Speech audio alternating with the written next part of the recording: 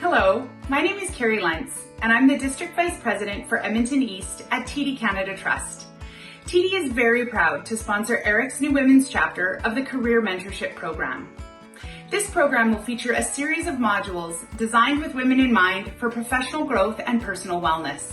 Please check back each month for new and exciting installments. Enjoy! The cover letter tips. So, cover letter, a lot of people ask me, do I need to include a cover letter in every single position that I apply for? You know, it depends. And the question I get is, do the recruiters read the cover letter? It really depends on your recruiter. I know this is not what you want to hear, but it depends on the recruiter and the hiring manager. Some recruiters just skip through the cover letter and hiring managers the same way, but others, they really do take a look and take a look at that. So, just to be on the safe side, include it is my advice. And it doesn't really take that long of a time to create one and to make one that you can apply for jobs with your skills and qualifications. So some tips: provide an elevator pitch of your skills and qualifications. Keep it short. Use bullet points to clearly outline your transferable skills and close strong and professionally. So construct your letter with a salutation. Try to find out who the hiring manager or recruiter is. If not, you can say, "Dear hiring manager," or have that kind of salutation. Opening paragraph, make it direct. Outline that you are interested in this position, that you've found this position, and that your skills and qualifications match it. Body, bullet points can make the information easier to digest. So instead of writing paragraphs, I would suggest that you would include bullet points. And I can show you an example in the next slide here. And then in the closing paragraph, express appreciation for the hiring panel's time, and then end with a nice ending at the bottom there. So this is an example of a cover letter. I've included the source right here, so you can find that out. So this is what I was talking about, the bullet points in the body. This really makes it easy for the reader or the hiring manager or the recruiter to digest the qualifications instead of having paragraphs and that kind of thing. So have your qualifications in that order.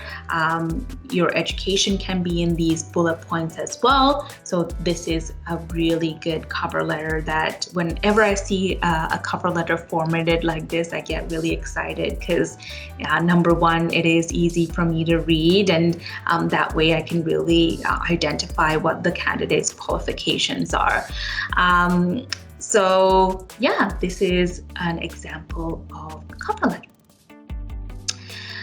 So some general comments. I know this was really quick, but I just wanted to make sure that everyone is aware of this, that do not be discouraged if you do not hear back about your application. Do not give up and continue to apply. Apply for at least one position a day is my advice. Don't be discouraged. I know it's hard, but don't be discouraged. Continue trying. And also, it's important, I'm not sure if I talked about this before, but to customize your resume to the position that you're applying for. Customization is key because sometimes companies use scanning software that scans for keywords in your resumes. And most of the time, those keywords can be found in the position description itself. So if you didn't customize your resume to include what the position description says, then you may not be selected for an actual person to even view your resume. So make sure that you customize your resume and that you continue to apply on a daily basis. Go to career fairs. I know it's hard right now with COVID and everything like that. However, there are virtual career fairs that you can attend to. And that way you can, connect and network with professionals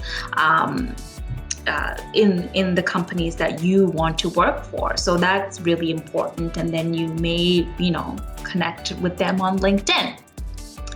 Another question or concern that I get from potential candidates is about their employment gap. So, women, they take obviously parental leave or maternity leave or parental leave. There's a gap in employment there. COVID has been pretty hard for most of us, and some of us may have lost our jobs, have been laid off. So how do you reflect that on your resumes is a question. So I would recommend to be transparent about your employment gap. So even when you are writing a chronological resume, you can add your employment gap and in parentheses say maternity leave, laid off, and that kind of thing. And then in the bullet points, you can write, for example, if you were laid off, what did you do during that time? Did you volunteer?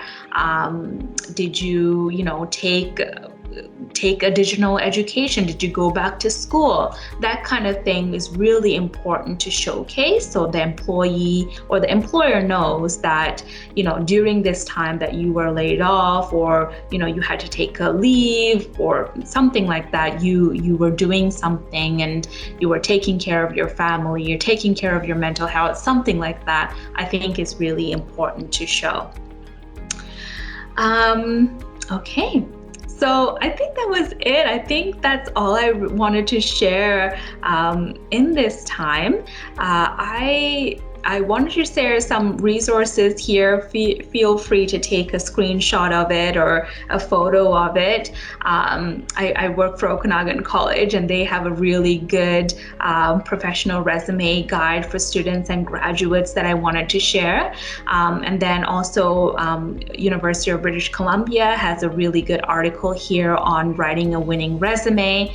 And then the government of British Columbia has some really great job application tips in this article that I wanted to share. So take a look at those resources. I think they're really good and useful.